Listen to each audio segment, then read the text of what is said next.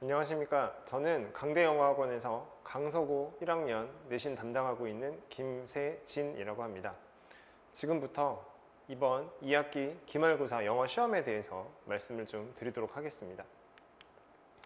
현재 저는 강서고 담당하고 있고요. 그 다음에 영어를 전공해서 지금까지 한 15년 정도 학생들하고 수업을 해오고 있습니다.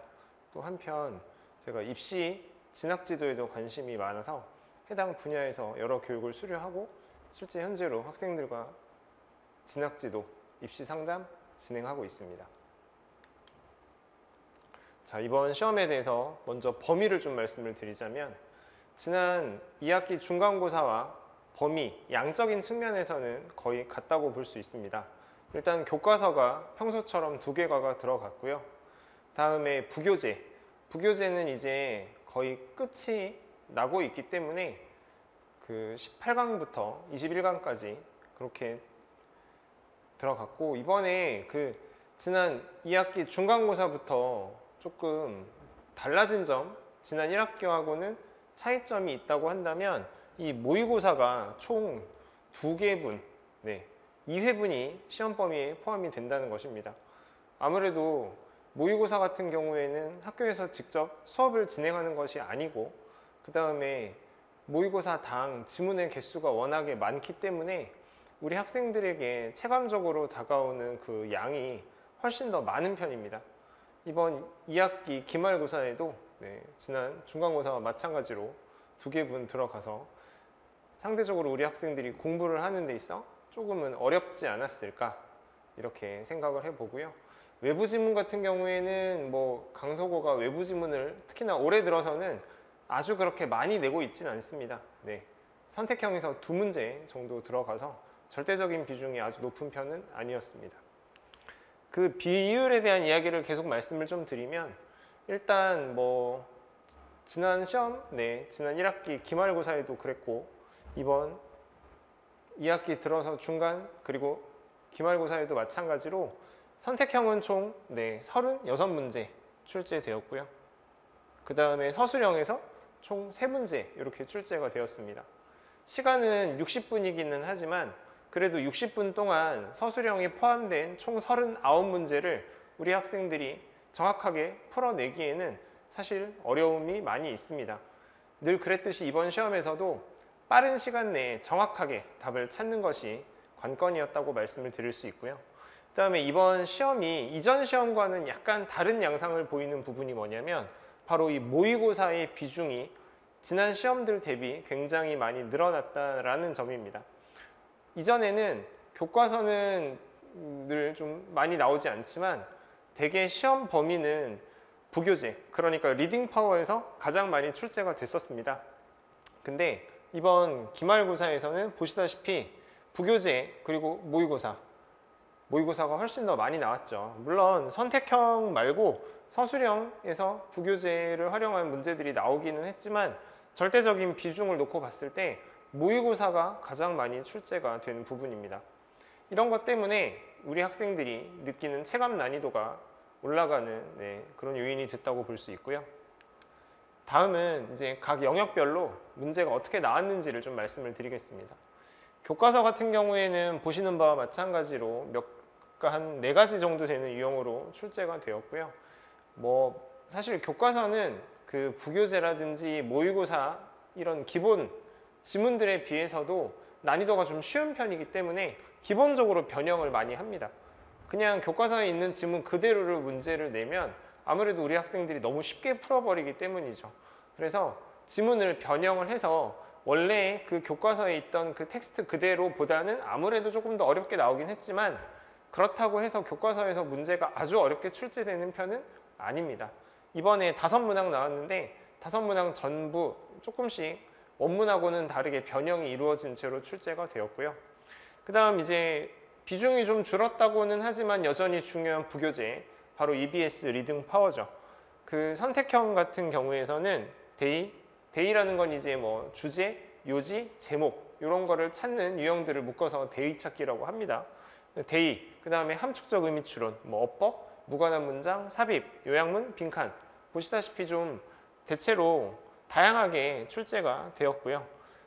그 서술형 같은 경우에는 세 문제 전체가 이 부교재에서 출제가 됐죠.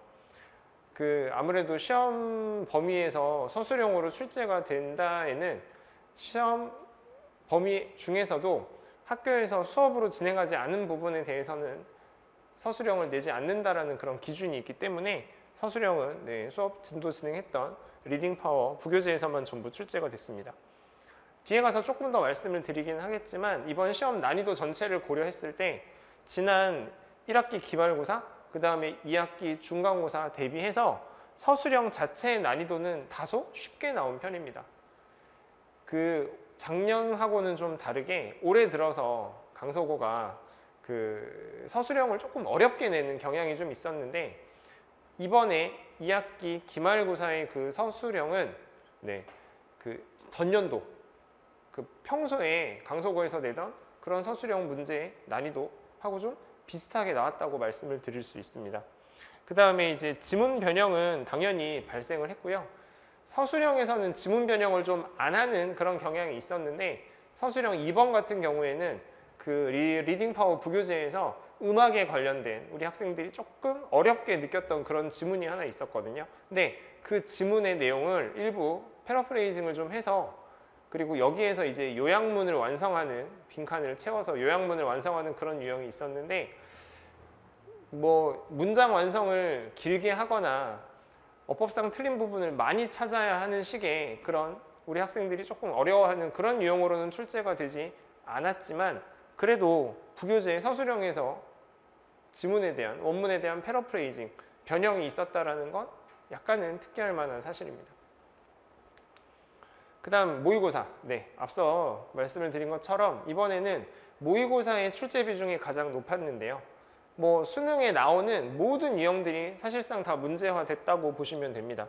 당연하게도 지문 변형이 발생되었고요. 제가 계산을 좀 해봤는데 전체 이제 선택형만 가지고 이야기를 드리자면 선택형 36문항 중에서 지문 변형이 이루어졌던 경우의 퍼센티지를 계산을 해보니까 69.4% 정도 나오더라고요. 그래서 항상 이 한 70%를 전후하는 정도의 퍼센티지 비율로는 이 시험 범위에 있는 그런 지문들이 변형이 된 채로 우리 학생들이 조금 어렵게 풀 수 있게끔 선생님들이 출제를 하신다. 이렇게 한 번 더 확인을 할 수 있었습니다. 외부 지문 같은 경우에는 전체 이제 선택형에서 2문항 출제가 되었는데 하나는 어법이었기 때문에 시간상의 압박은 상대적으로 조금 덜 느꼈을 수 있습니다. 지문 전체를 우리 학생들이 읽고 푸는 편은 아니기 때문이죠.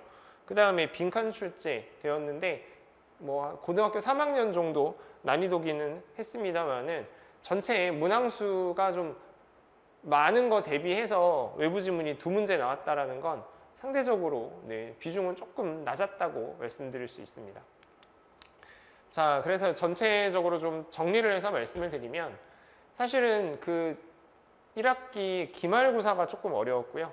또 좀 비슷한 수준으로 출제가 된 것이 지난 2학기 중간고사였다고 말씀을 드릴 수 있습니다.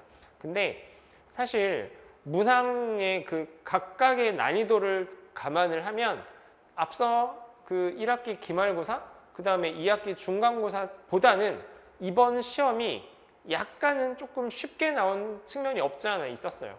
왜냐하면 뭐 예를 들어 지난 중간고사 때 학생들이 좀 많이 어렵게 느꼈던 함축적 의미 추론이라든지 이런 데 유형에 있어서는 사실 변형이 그렇게 많이 일어나지 않았거든요.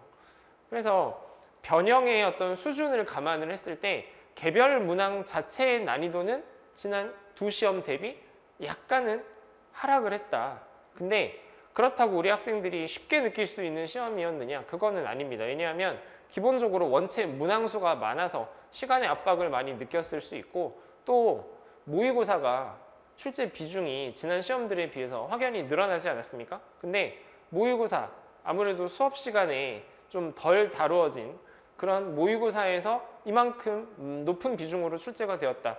사실 이런 것들이 각 문항의 개별 난이도와는 다르게 우리 학생들이 느끼는 전체적인 체감 난이도를 끌어올릴 수 있는 그런 요소로서 작용을 했기 때문에 개별 문항의 난이도와는 무관하게 우리 학생들이 느끼는 체감 난이도는 이전 시험 수준을 유지를 했다. 이렇게 좀 정리를 드릴 수 있을 것 같습니다. 아무래도 또 이전 시험들을 가지고 학교에서는 어느 정도 변별력이 발생을 했다고 보는 것 같기도 합니다.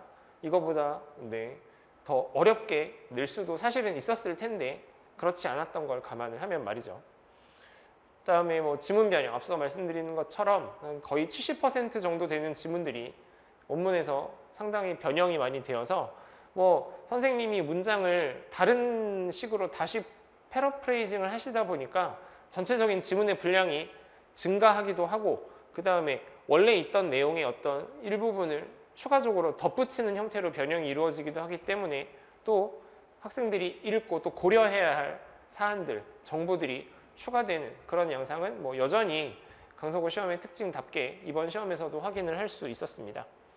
그리고 이제 문장을 패러프레이징을 한다고 했을 때 단지 뭐 어휘 정도만 바꾸는 수준이 아니라 그냥 그 문장의 구조를 좀 전체적으로 바꿔서 우리 학생들이 내가 이 지문을 어디서 봤더라? 라고 한 번은 더 생각하게 만드는 그런 식의 변형이 좀 이루어졌고요. 네. 서술형 같은 경우에는 앞서 두 시험 대비보다도 조금 더 평이하게 출제된 측면이 있다고 생각을 합니다. 하지만 우리 학생들이 느끼는 체감 난이도에는 크게 차이가 없을 것이다. 그래서 결과적으로 쉽지 않은 시험이었다. 이렇게 정리를 좀 드리겠습니다. 아마도 이 영상을 보는 학생들은 이미 강서구에 이제 재학 중인 학생도 있겠지만 내년에 강서구 1학년이 되기를 희망하는 그런 학생들도 있을 줄로 압니다. 그래서 우리 학생들에게 꼭 당부하고 싶은 것은 앞으로 강서구를 다닌다면 혹은 2학년이 된다면 어떤 부분에 좀 더 역점을 두고 우리가 공부를 해야 하는가에 대한 문제입니다. 늘상 같은 이야기를 드리는데 강서구 시험은 단순히 그 지문의 내용을 문장을 온전히 통으로 암기해서 잘 볼 수 있는 시험은 아닙니다.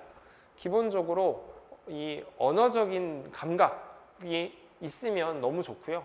그 다음에 지문의 변형이 좀 많이 일어나고 또 원래 배웠던 내용에 대해서 시험 문제로는 더 추가된 내용들이 나오기도 하기 때문에 기본적인 사고력 이런 것도 굉장히 중요합니다. 그리고 어떤 문제가 어떤 유형으로 혹은 어떻게 변형이 되더라도 좀 담대하게 풀어낼 수 있는 그런 자신감, 사실은 이런 것들이 강서구 시험에 있어서 굉장히 좀 중요한 요소라고 말씀을 드릴 수 있는데요. 그런 것들 이외에도 우리가 이제 학습적인 측면에서 어떤 부분을 가지고 목표를 두고 공부를 해야 하느냐. 첫 번째,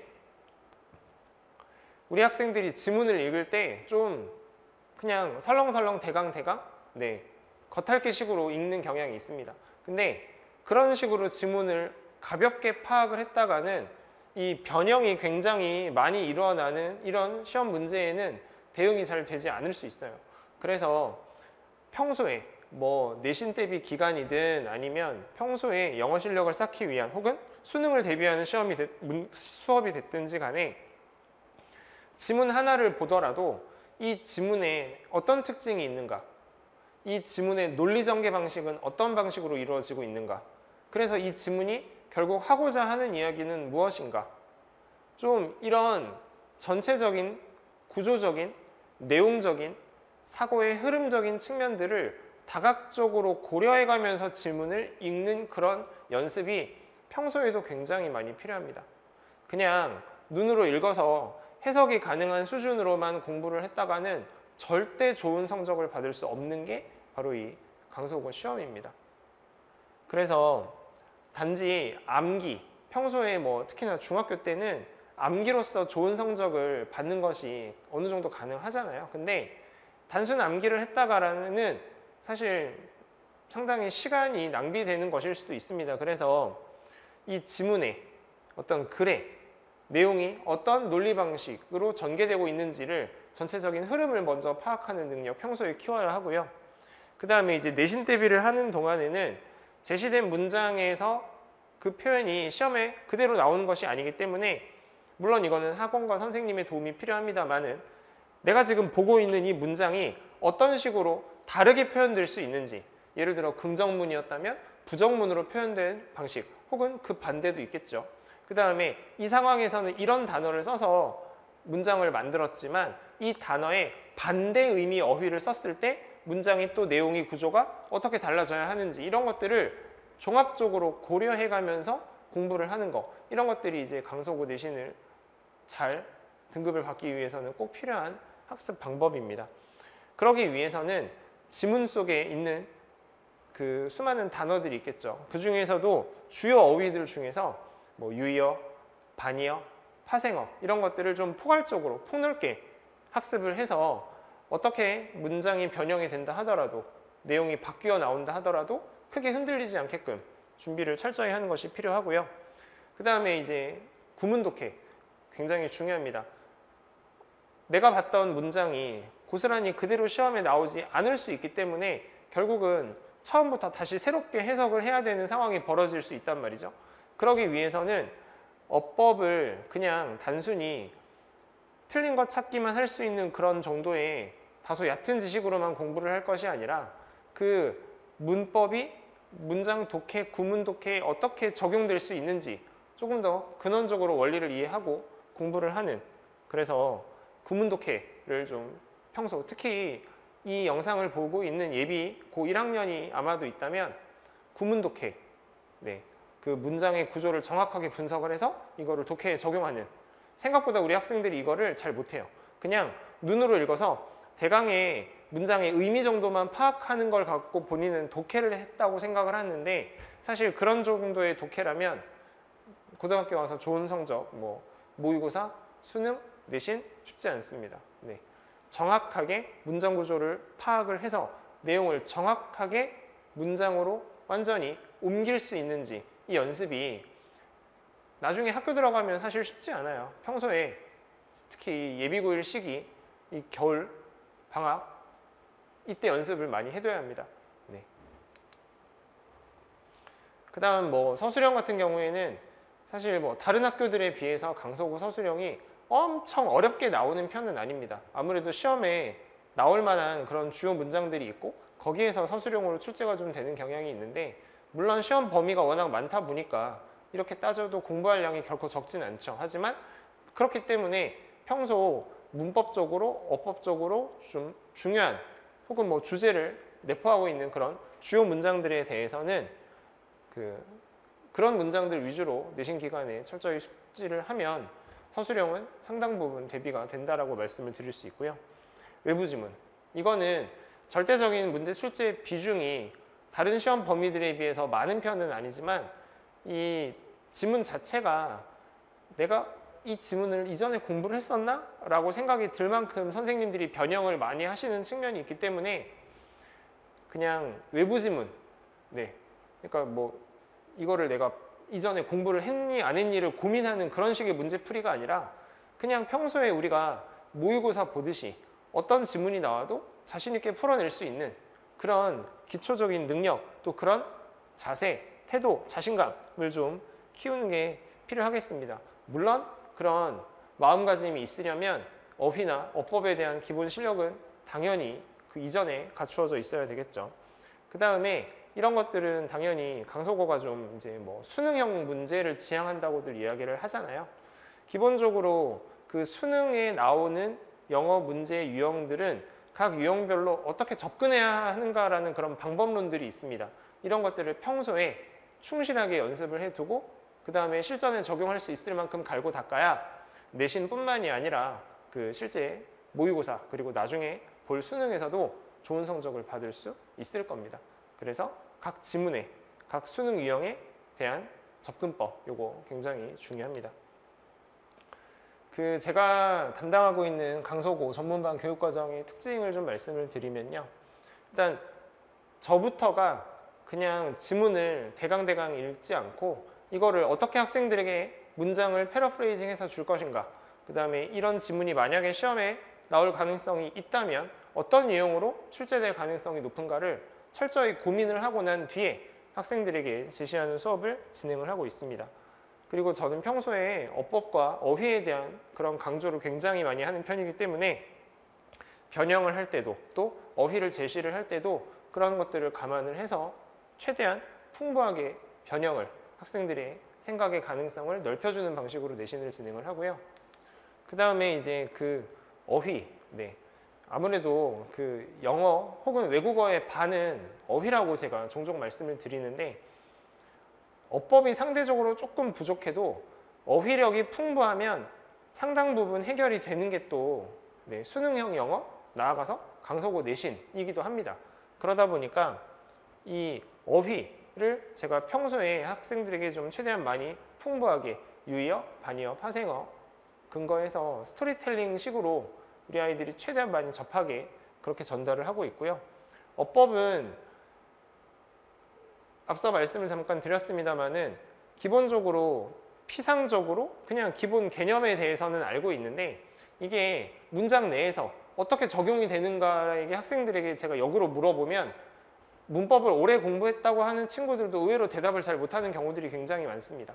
그래서 이런 부분에서 내신이 혹은 또 나중에 볼 모의고사와 수능에서 변별력이 발생을 하는 거기 때문에 항상 저는 단편적으로 어법을 외워라 라고 이야기를 한다기보다는 이런 상황에서 이런 이유로 그런 어법이 활용되었다 라고 최대한 학생들에게 납득을 시키는 수업을 진행을 하고 있습니다. 그리고 이제 외부 지문 같은 경우에는 역시나 수능 각 유형별 접근 방식 말씀드렸죠. 그 부분들에 대해서 뭐 내신 수업을 하든 그 다음에 평소에 수능형 수업을 하든지 간에 각 지문의 그 논리적 구조, 전개 방식상의 특징을 이야기를 하고 이런 유형으로 혹은 저런 유형으로 출제가 되었다면 혹은 된다면 우리는 어디에 주안점을 두고 정답을 찾아야 하는지 이런 것들을 평소 전달을 하고 있습니다. 저는 이 확인 테스트 굉장히 중시하는 편이고요. 제가 직접 그 고민을 한 내용을 바탕으로 그 강서구 시험에 맞는 그 테스트지를 직접 만들어서 학생들에게 풀리고 또 거기에 대한 피드백을 굉장히 중요하게 생각하는 수업을 진행하고 있습니다. 그 다음에 복습 노트.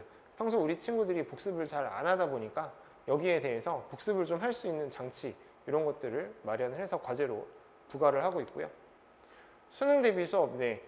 뭐 내신 대비 관련해서도 강서구 시험이 원체 좀 수능 유형으로 나오다 보니까 이미 말씀을 드린 측면이 있는데 각 유형별로 그리고 각 지문별로 어떤 글인지 예를 들어 논설문인지 설명문인지 혹은 수필 형식의 글인지 이런 것에서부터 그래서 주제가 처음에 있는지 마지막에 있는지 혹은 중간에 있는지 글의 흐름이 어떻게 바뀌는지 이런 것들을 전체적으로 파악을 한 다음에 그냥 느낌으로 답을 고르는 것이 아니라 정확하게 근거를 찾아서 정답을 고를 수 있게 연습을 시키고 있습니다. 여기에 꼭 필요한 게 우리 친구들이 좀 문해력 이야기 많이 하죠. 이 글이 어떤 이야기를 하고자 하는지를 제대로 찾지 못하는 것 역시 요즘 많이 문제가 되고 있는 문해력 이슈하고도 관련이 있는데요. 평소에 그 뭐 꼭 주제 관련 문제가 아니라 하더라도 하다못해 어법 문제를 푸는 상황이 생겨도 지문을 보면 그래서 이 글이 어떤 이야기를 하고자 하는 것인지를 학생들에게 제가 강조를 하고 또 역으로 학생들에게 그렇게 물어봤을 때 대답을 할 수 있게끔 평소 훈련을 많이 시키고 있습니다. 구문, 네. 저는 수업할 때 특히나 주요 문장들에 대해서는 굉장히 끊어 읽기 중시하고요. 문장의 각 구성 요소들이 어떻게 기능을 각각 해서 전체적인 의미를 형성해 나가는지 이런 것들을 뭐 비단 문법 혹은 내신 수업이 다가 아니라 평소 독해 수업에서도 이런 부분을 굉장히 많이 강조를 하고 있습니다. 어휘는 네, 앞서 말씀드린 것으로 가름하고요. 수능 대비 관리 뭐 비슷합니다. 내신 대비 관리하고 비슷한데 아무래도 내신 대비 때보다는 약간의 시간적 여유가 있기 때문에 평소 우리 학생들이 잘 모르는 굉장히 본인이 많이 안다고 생각하지만 잘 모르는 대입, 입시에 관해서 뭐 이제 각 학생들의 특징에 맞게 지금 어떤 상황이 있고 앞으로 어떻게 준비를 하면 좋을지에 대해서 상시적으로 제가 상담을 하고 있습니다. 이상으로 강서구 2학기 기말고사 시험 분석을 마치겠습니다. 감사합니다.